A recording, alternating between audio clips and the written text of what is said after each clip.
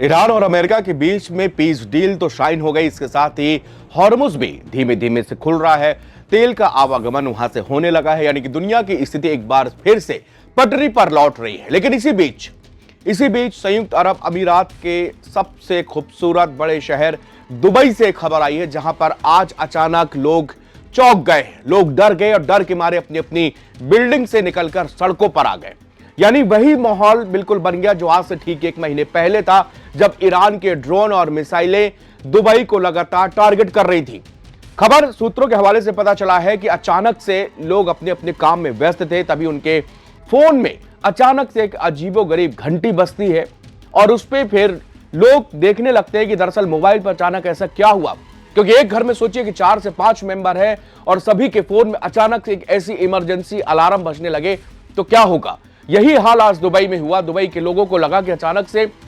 Mobile अजीब सी आवाज क्यों कर रहा है। लोगों ने अपनी स्क्रीन देखी तो उस पर अलर्ट लिख के आ रहा था, इमरजेंसी अलर्ट, और उस अलर्ट में था कि मिसाइल से हमला हो सकता है। यानी कि मिसाइल अटैक का ये नोटिफिकेशन सभी मोबाइल्स में गया, एक साथ गया, और उसके बाद में यकीन मानिए दुबई में हड़कंप मच गया। लोग जिस अवस्था में थे, तुरंत जो है उसी चीज अपने बच्चों को, अपने परिवार को साथ लेके बिल्डिंग से खाली होने लगी, सड़कें भरने लगी और चीख पुकार तक मचने लगी। इसी बीच फिर सरकार ने स्टैंड लिया और फिर मंत्रालय की ओर से बयान दिया गया कि ऐसी हड़बड़ाने की कोई आवश्यकता नहीं है, परेशान मत होइए, अपने अपने घरों को लौटिए, सभी लोग महफूज हैं और किसी को कुछ भी नहीं होने दिया जाएगा। लेकिन ये इमरजेंसी अलर्ट आया क्यों, इस बात का अभी तक कोई भी स्पष्टीकरण नहीं दिया गया है। नहीं बताया गया कि अचानक से इमरजेंसी अलर्ट, वो भी मिसाइल अटैक का, ये क्यों आया, कहां से यूएई को किसने इनपुट दिया कि आपके देश के अंदर अटैक हो सकता है, मिसाइल अटैक हो सकता है, क्योंकि आपने या फिर आपने कोई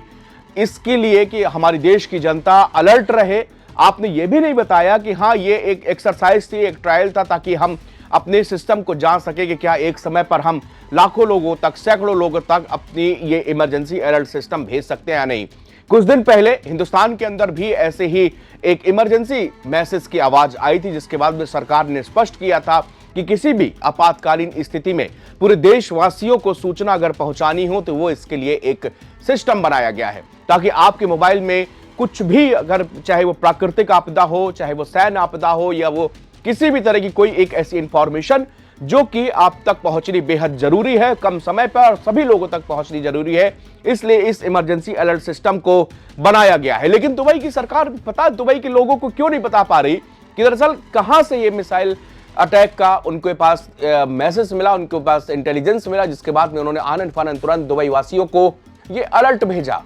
हालांकि जिस समय ईरान और यूएस की जंग चल रही थी, उस वक्त सबसे ज्यादा नुकसान जो है वो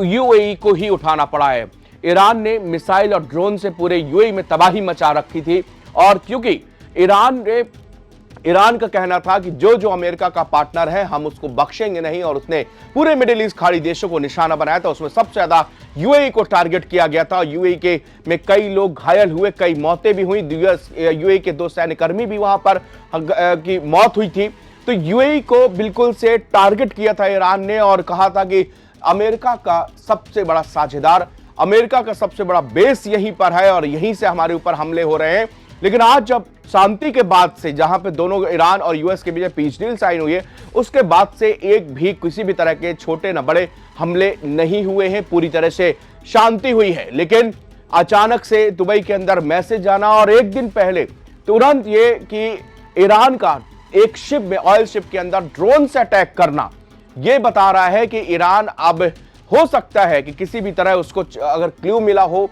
या फिर हॉर्मुज के अंदर ईरान जो कि बार बार इस बात को चेतावनी दे रहा है कि बिना परमिशन यहां से जहाज नहीं गुजारेंगे, आपको पहले हमको बताना होगा, हमसे परमिशन लेनी होगी, तभी हम आपको सुरक्षा दे पाएंगे। और अगर आपने बिना यहां से हमसे इजाजत लिए यहां से गुजरे तो ये आपकी जिम्मेदारी होगी। और इसी के क्रम में एक जहाज पर ईरान के 4 ड्रोन अटैक भी हुए हैं, जिसके बाद में अब लगने लगा है कि जो ईरान के पीस डील में ट्रंप जिसका दम भर रहे थे कि अब बेरोक टोक होके हॉर्मुज से यहां पर लोग निकलेंगे, शिप निकल सकते हैं, ऐसा कुछ नहीं। ईरान ने साफ कर दिया है भाई अगर यहां से निकलना है तो हमसे परमिशन लेनी होगी। 60 दिन तक हम किसी तरह का टोल नहीं वसूलेंगे, 60 दिन के बाद टोल भी वसूले जाएंगे। हालांकि इससे क्रूड ऑयल के दामों में बहुत कमी आई है, पूरी वैश्विक बाजार में एक पॉजिटिव माहौल भी देखने को मिला है, लेकिन यह कब तक? फिलहाल कहा जा रहा है कि जब तक अमेरिका के अंदर मिड टर्म इलेक्शन है, यानी कि नवंबर तक, तब तक ये युद्ध फिलहाल पूरी तरह से शांत दिख रहा है। वहीं लेकिन इजराइल और लेबनान के बीच में तनातनी है, तो अभी भी इस पीस प्लान पर एक्सपर्ट्स बहुत ज्यादा खुलकर ये नहीं बोल रहे कि हाँ ये अपूर्णकालिक युद्ध विराम है, लेकिन लगता यह है कि हाँ नवंबर तक ट्रंप रुक सकते हैं, लेकिन उसके बाद एक बार फिर से ये युद्ध भीषण युद्ध में तब्दील भी हो सकता है। शुक्रिया।